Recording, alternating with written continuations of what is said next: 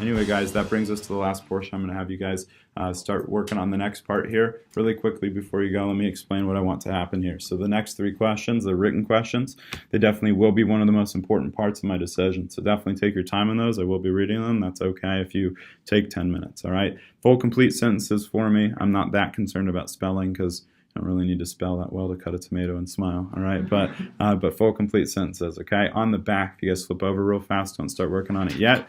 But this is an opportunity for you guys to recommend your friends to the job. Now, I want to make clear that this is optional. Like I said, we're not an MLM, but this is something that you can really do to help our organization out, as well as make it more fun potentially for you if you are accepted. It's an opportunity for you to recommend your friends to the job. I believe most of you heard about this job through a friend.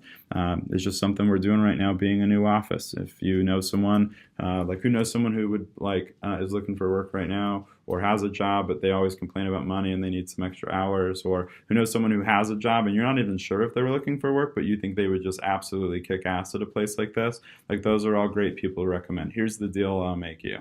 If they say no or if they're not interested, I won't hold it against you, okay? Basically what's going to happen is if you write someone down, I will give them 1 text or 1 phone call. I won't blow them up. It'll just be one time. I will say, hey, your friend just interviewed with us, and we have some extra positions open. Are you interested in hearing a little more about the opportunity? If they say yes, we'll invite them in. If they say no, then we'll wish them the best of luck, and they'll be on with their day. Does that make sense? So I'm going to ask that you all write down at least 10, just because if you give me 10, I might actually get only 1 or 2 in the door. Does that make sense?